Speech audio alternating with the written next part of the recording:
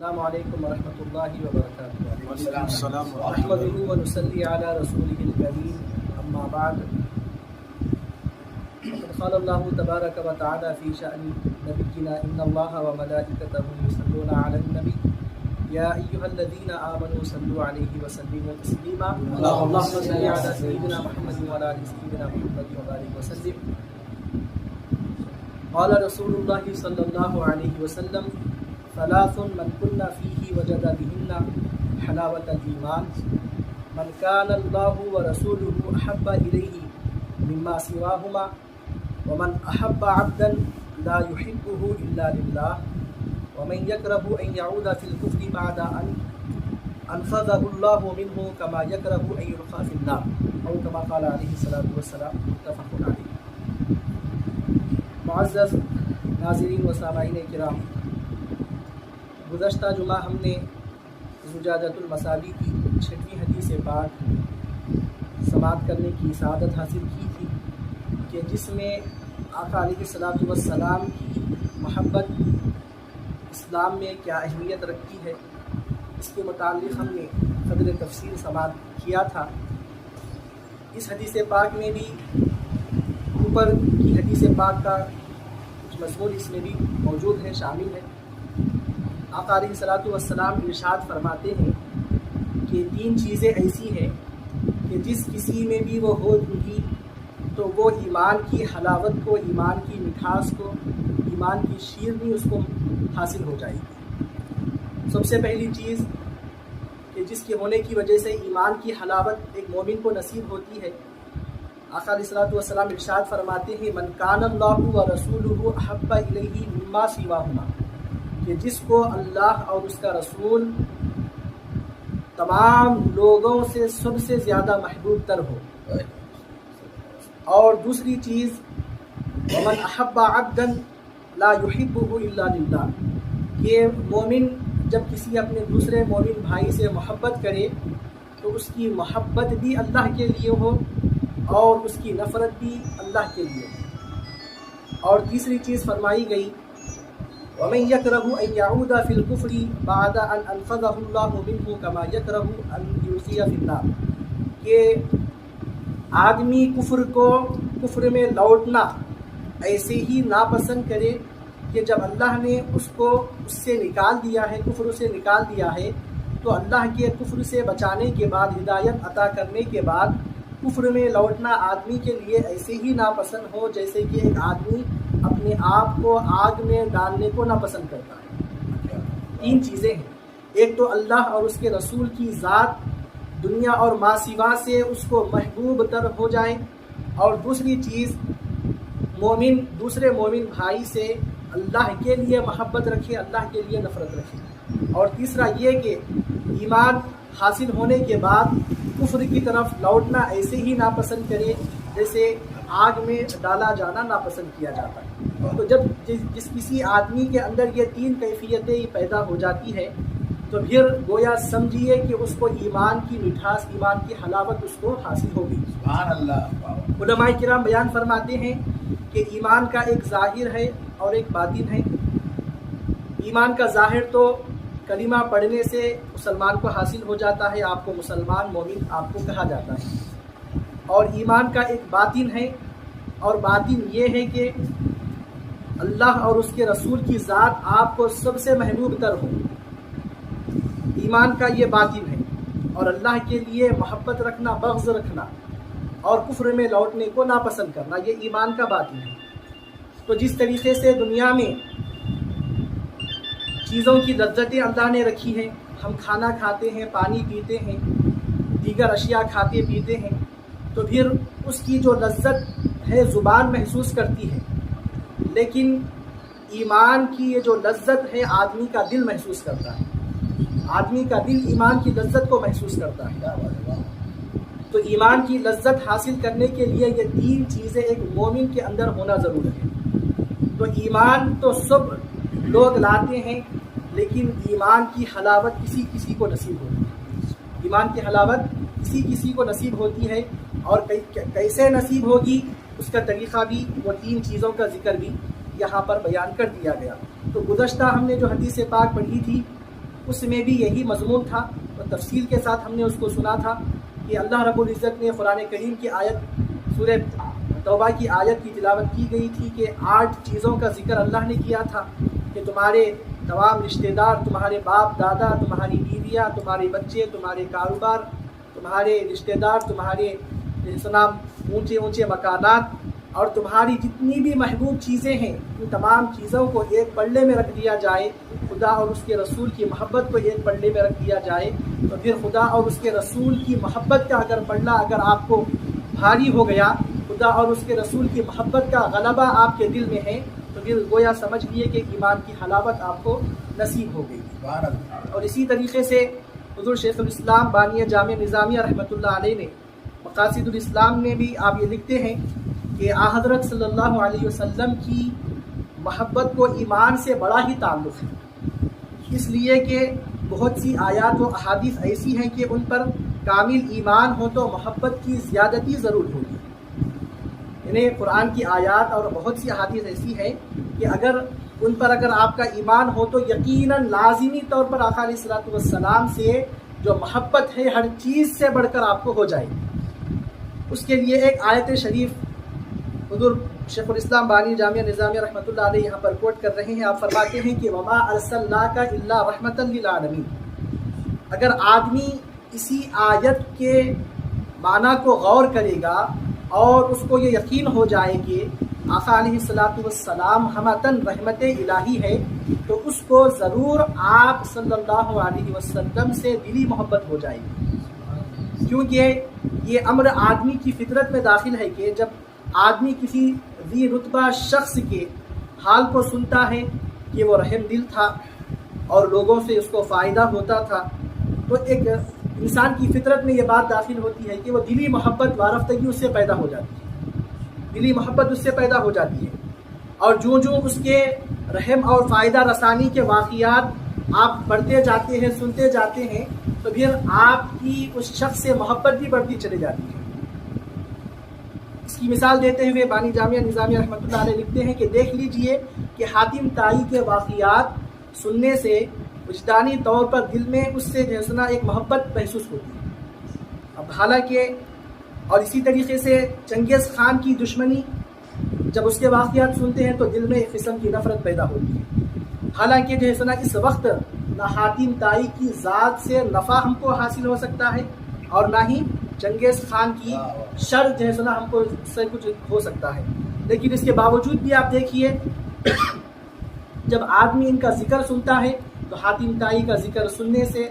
دلوں میں محبت پیدا ہوتی ہے، اس سے ایک وارفتگی پیدا ہوتی ہے، اور جو ظالم قسم کے لوگ تھے ان کا ذکر سننے سے نفرت پیدا ہوتی ہے۔ تو آقا علیہ الصلوۃ والسلام کی ذات بابرکت تو وہ ہے کہ سراپا اللہ نے آپ کو رحمت بنا کر بھیجا ہے،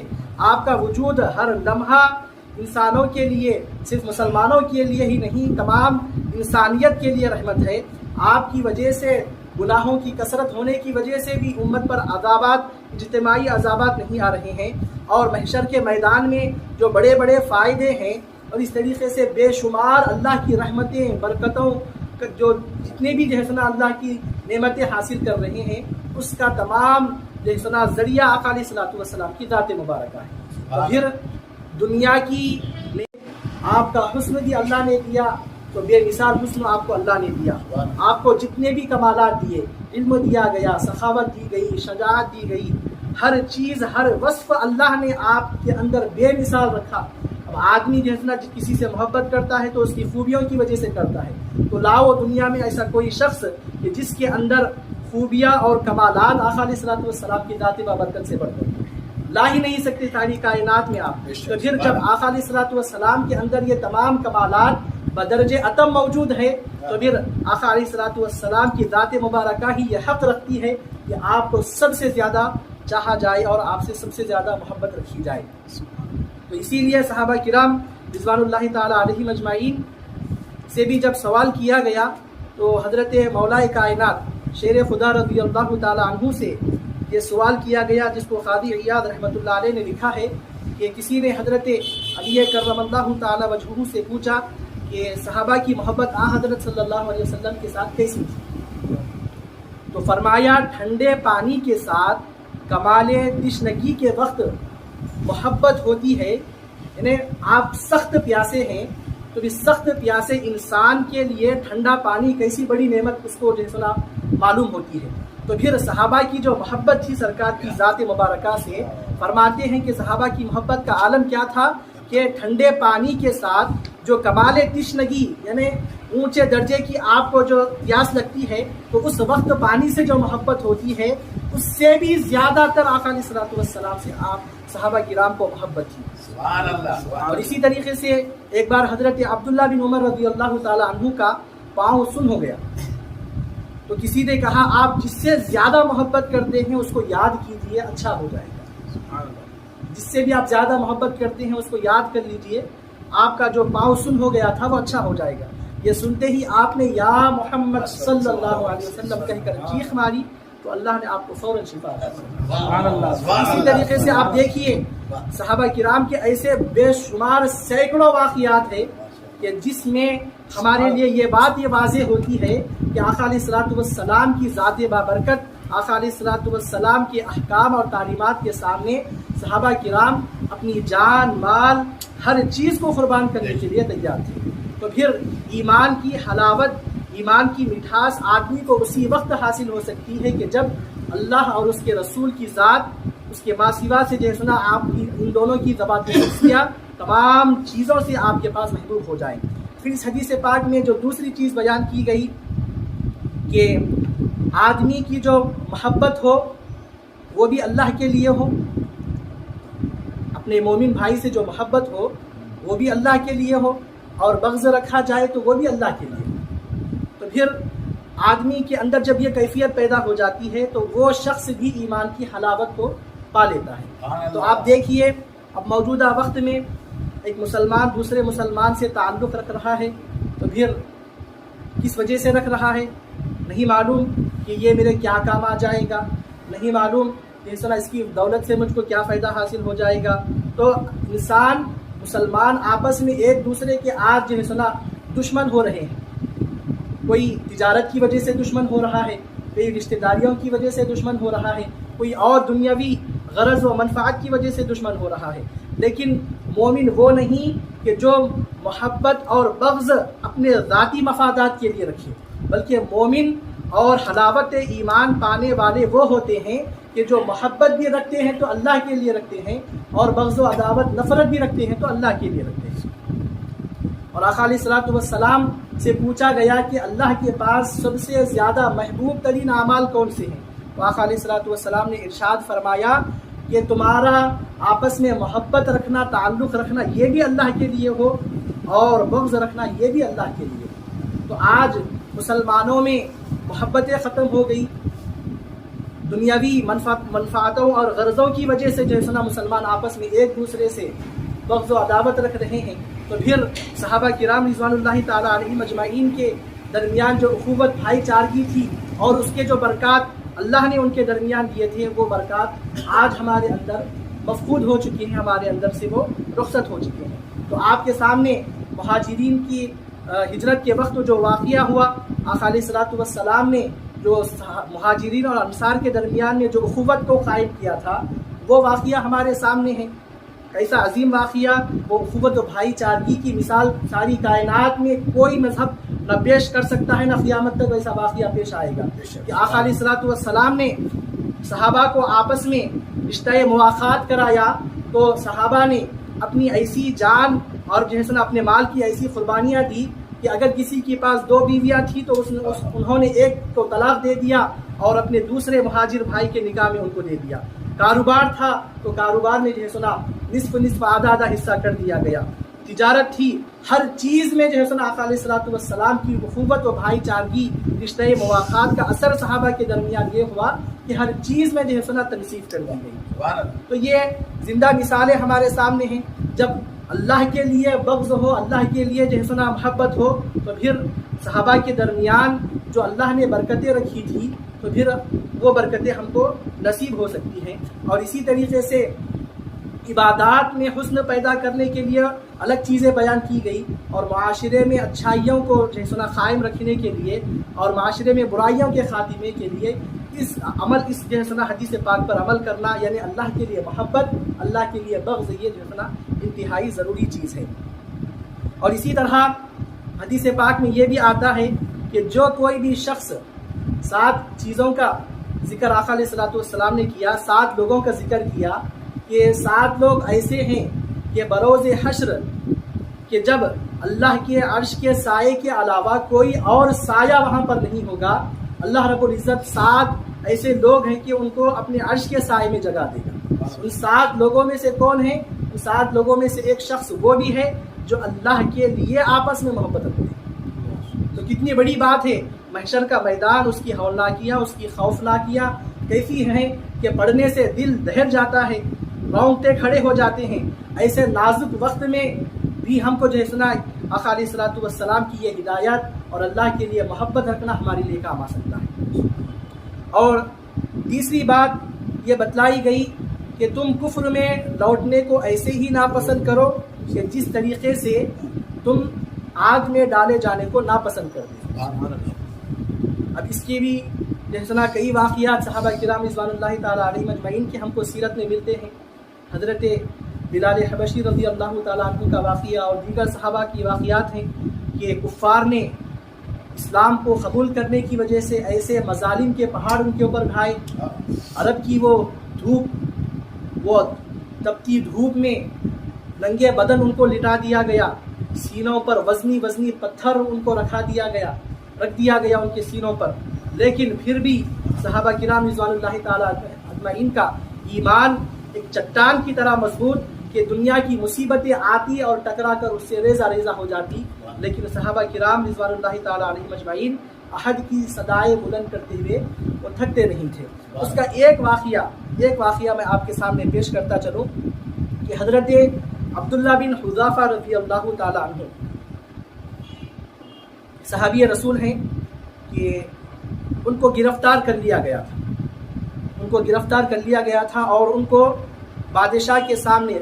روم کے بادشاہ کے سامنے ان کو پیش کیا گیا، اور بادشاہ نے ان سے کہا کہ تم عیسائی ہو جاؤ ورنہ تم کو پیتل کے بنی ہوئی گائے کے مجسمے میں تم کو ڈال دوں گا۔ تو ہاں، پیتل کی گائے کا جو ہے نا مجسمہ بنایا گیا تھا، اس مجسمے میں تیل ڈالا گیا تھا، تیل ڈال کر اس مجسمے میں تیل کو کھولایا گیا تھا۔ تو بادشاہ نے کہا کہ اگر تم عیسائی نہیں بنو گے تو تم کو اس مجسمے میں ڈال دیا جائے گا۔ تو بادشاہ نے ڈرانے کے لیے کیا کیا، آپ کے سامنے ہی ایک مسلمان قیدی کو لایا اور لا کر کہا کہ تم عیسائی ہو جاؤ، اگر تم عیسائی نہیں ہوگے تو پھر تم کو اس کھولتے ہوئے تیل میں ڈال دیا جائے گا۔ اب صحابہ کی صحبت یافتہ مسلمان، پھر ان کا ایمان کس قدر مضبوط ہوگا، انہوں نے اپنی جان کو گوارا کیا لیکن ایمان سے منحرف نہیں ہوئے، انہوں نے جیسا انکار کر دیا۔ تو بادشاہ نے ان کو، رومی بادشاہ نے ان کو کھولتے ہوئے تیل میں ڈال دیا۔ جب حضرت عبداللہ بن حذافہ رضی اللہ عنہ کی باری آئی تو آپ کے سامنے بھی بادشاہ نے کہا کہ اگر تم عیسائی بن جاؤ تو میں تم کو، میری بیٹی سے تمہارا میں نکاح کر دوں گا اور میری آدھی مملکت میں تم کو عطا کر دوں گا۔ بڑے بڑے انعامات کا وعدہ حضرت عبداللہ بن حذافہ رضی اللہ تعالیٰ عنہ سے کیا گیا۔ تو حضرت عبداللہ بن حذافہ رضی اللہ تعالیٰ عنہ کا مضبوط ایمان ایسا کہ کون سا بھی آفر کیا جائے، کوئی بھی بڑی بڑی چیزوں کی آپ کے سامنے پیشکش کی جائے، آپ نے نہیں میں ہی جواب دیا، اور آپ کا ایمان ایسا مضبوط تھا کہ پھر آپ نے بادشاہ کی ہر پیشگی کو، بادشاہ کی ہر پیشکش کو آپ نے ٹھکرا دیا۔ پھر جب حضرت عبداللہ بن حذافہ کی باری آئی تو حضرت عبداللہ بن حذافہ رضی اللہ تعالیٰ عنہ رونے لگے۔ تو پھر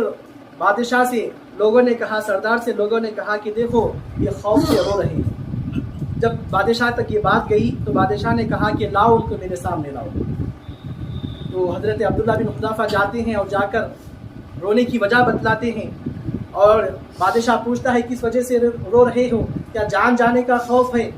تو آپ کہتے ہیں جان جانے کا خوف نہیں ہے، کیا تم یہ سمجھتے ہو کہ تم مجھ کو کھولتے ہوئے تیل میں ڈالنے کے خوف سے میں رو رہا ہوں؟ ہرگز نہیں، بات ایسی نہیں ہے، میں اس وجہ سے رو رہا ہوں کہ اللہ نے اس عبداللہ بن حذافہ کے جسم میں ایک جان کو اللہ نے رکھا ہے جس کو میں اس کی راستے میں قربان کر سکتا ہوں۔ اگر اللہ میرے جسم میں میرے جسم پر موجود بالوں کے برابر بھی میرے جسم میں اللہ جان رکھ دیتا اور تم کو میرے اوپر مسلط کر دیتا تو ہر جان کو میں اللہ کی راہ میں خوشی خوشی قربان کرتا۔ تو صحابہ کرام رضوان اللہ تعالیٰ علیہم اجمعین کے ایسے واقعات۔ لیکن آپ دیکھیے موجودہ وقت کیا ہم سے تقاضا کر رہا ہے، ایمان اور اسلام اور شریعت کے ساتھ کمپرومائز کرنے کے حالات بنائے جا رہے ہیں، شریعت کے ساتھ مفاہمت کرنے کے حالات بنائے جا رہے ہیں۔ ہندوستان کے جو حالات ہیں، آپ صحابہ کرام کے واقعات دیکھیے، سلطنتوں کے وعدے ان سے کیے گئے، دنیا کی تمام دولتیں ان کے قدموں میں رکھنے کے لیے کہا گیا، لیکن صحابہ کرام رضوان اللہ تعالیٰ علیہم اجمعین نے بتلا دیا کہ ایمان سے بڑھ کر، شریعت سے بڑھ کر ایک مسلمان کے لیے کوئی چیز نہیں ہو سکتی۔ لیکن موجودہ وقت میں آپ دیکھیے، کبھی طلاق ثلاثہ کا مسئلہ ہے تو کبھی پر اب جو موجودہ وقت میں جو مسئلہ چل رہا ہے حجاب کا مسئلہ ہے۔ دیکھنے پر افسوس یہ ہوتا ہے کہ بعض مسلمان تو وہ ہیں کہ جو استقامت کے ساتھ اس کے اوپر ڈٹے ہوئے ہیں، لیکن بعض وہ ہیں کہ جن کے قدم لڑکھڑا رہے ہیں، جن کے قدم جیسا ثابت قدم نہیں ہے۔ تو عزیزان محترم، یہ مسلمان اپنی گردن تو کٹا سکتا ہے، یہ مسلمان اپنی جان اپنا مال قربان کر سکتا ہے، لیکن دین مصطفی کا اور شریعت مصطفی کا سودا ہرگز نہیں کر سکتا۔ سبحان اللہ۔ تو پھر صحابہ کرام رضوان اللہ تعالیٰ علیہم اجمعین کے وہ عظیم قربانیاں، بدر و حنین کے وہ جو واقعات ہیں اور میدان کربلا میں اہل بیت نبوت کی جو عظیم قربانیاں تھیں، امام حسین رضی اللہ عنہ کے سامنے یزیدیوں نے کیا کیا پیشکشیں نہیں کی تھی، ہر چیز کی پیشکش کی گئی تھی، لیکن شریعت مصطفیٰ میں جو بدلاؤ، جو تبدیلیاں یزیدیوں نے کیا تھا، حضرت امام حسین رضی اللہ تعالیٰ عنہ نے اس کے ایک منٹ کے لیے، ایک لمحے کے لیے گوارا نہیں کیا۔ سارے خاندان نبوت کو آپ نے اللہ کی راہ میں قربان ہونے کے لیے چھوڑ دیا، لیکن ایک لمحے کے لیے آپ نے شریعت میں دخل اندازی کو برداشت نہیں کیا۔ تو امام حسین، وہ کربلا کا وہ واقعہ اور طائف کے میدان میں آقا علیہ الصلوۃ والسلام کے اوپر جو مظالم ڈھائے گئے اور صحابہ کی وہ جو عظیم قربانیاں ہیں، یہ تمام چیزیں ہم سے اس بات کا تقاضا کرتی ہیں کہ ہر چیز قربان ہو سکتی ہے، لیکن اسلام کے ساتھ، اسلام کے احکامات کے ساتھ، شریعت کے ساتھ، مصطفیٰ جان رحمت صلی اللہ علیہ وسلم کی حرمت کے ساتھ ایک مسلمان کبھی کمپرومائز نہیں کر سکتا۔ آخر میں اللہ رب العزت کی بارگاہ میں دعا ہے، مولا کریم کہنے سننے سے زیادہ عمل صالح کی توفیق عطا فرما۔ اے میرے مولا، ہماری زبانوں میں تاثیر عطا فرما۔ اے میرے مولا، اس قرآن اور حدیث کے درس کو ہمارے لیے ہدایت کا ذریعہ بنا دے۔